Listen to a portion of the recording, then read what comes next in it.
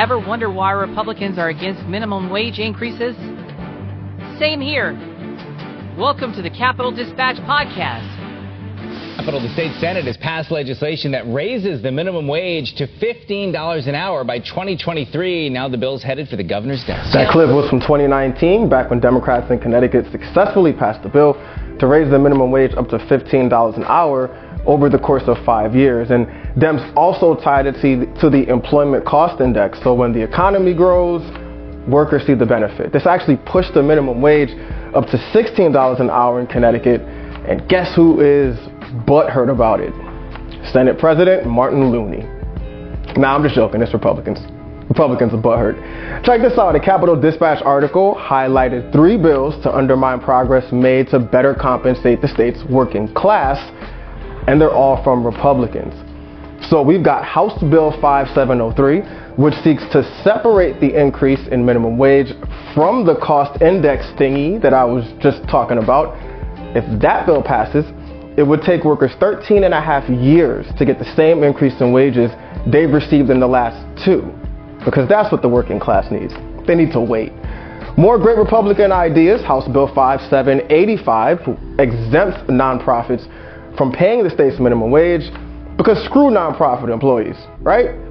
And the last one, and this is really gonna take our state forward and our country. House Bill 6416 would allow for workers under the age of 18 to get paid less than workers over the age of 18. These are terrible Republican ideas that will hurt people, which if you've been following the news lately, Republicans seem to really get their rocks off by trying to hurt vulnerable communities. We listen and we don't judge, but it's a weird kink. Check out this story from St. Louis. Across the country, cities have been pushing the minimum wage up towards levels full-time workers can actually live on. St. Louis was one of them. But on Monday, the city's going to backtrack, lowering the minimum wage from $10 an hour to $7.70, reversing a city-mandated increase that happened just 3 months ago. It's actually very stressful. Not having enough for rent. Paying extra and late fees because you late on rent because you don't have enough money to pay rent on time. Stuff like that, it added up. When Biden tried to raise the minimum wage back in 2021, Republicans were right there standing up for all the real Americans. Whether you ask about a state minimum wage or you ask, as pollsters are doing now, about the national minimum wage, the public wants to raise it. We haven't had a federal minimum wage rise in 12 years. But tonight, the parliamentarian in the Senate ruled that a minimum wage increase can't be allowed in the Democrats' COVID relief package, which the House is due to pass tomorrow, and the Senate is due to pass soon thereafter. That means the only way left to pass the immensely popular $15 an hour minimum wage would be to have Vice President Kamala Harris overrule the Senate parliamentarian. No signs that she's planning on doing that. Barring that, Democrats will have to convince not only every member of their own party, but 10 Republican senators to get on board with their plan. Since no Republican senators appear to be on board with raising the minimum wage, that seems impossible. While Republicans have remained firmly in the position of, why do we need to help poor people?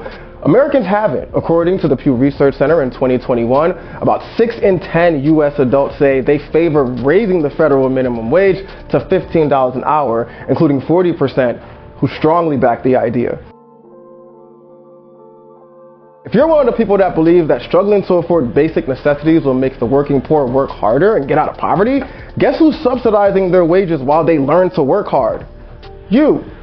This is from the Government Accountability Office. Many full-time workers employed by some of America's largest and most profitable corporations receive wages so low that they qualify for a Supplemental Nutrition Assistance Program, SNAP or food stamp benefits, and Medicaid.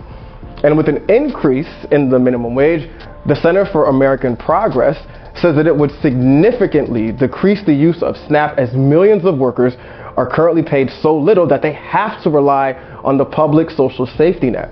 Wage increases, particularly for those at the bottom of the income spectrum, increase community-level economic activity and support local businesses, reduce the amount by which taxpayers subsidize corporations for the low wages they pay, and reduce pay inequalities for women and people of color that depress overall economic growth. And I'm guessing Republicans just didn't see the equality part because, I mean, we know they don't see color or gender or anything. Oh yeah, and what happens when you keep people's wages so low? But the extra money was significant for Myron. I saw my check. I saw the big difference made on my check. So I decided to quit my job at the hotel. My new plan was to go to school. It was an IT certification class I was doing to secure my future. But after just 2 weeks of classes, he learned his raise was only going to last for another month. How did you find out? Through a letter posted in our break room. So one day you just went into work and there was a letter posted in the break room? No one talked to you about it? Has anyone talked to you about it at this point? No. And that just sucks. This year, hundreds of thousands of Americans voted for a twice impeached, convicted felon because he somehow convinced them that in addition to being here for you and not the they, them, that he would also bring down the cost of living. And Republicans in Connecticut campaigned on making it more affordable to live in this state. They've been saying it for years. And Republicans in Connecticut submitted multiple bills to undermine the wage increases that people need. You know what brings down the cost of living? A damn raise.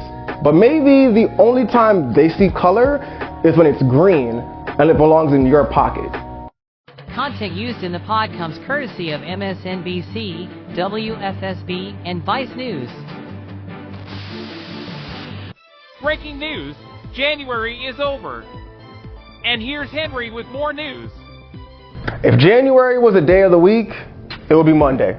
And like Monday after vacation. You ever go on vacation and then you get back to work and it's like, I almost need a vacation from my vacation and I don't want to be back in the office doing any of this stuff?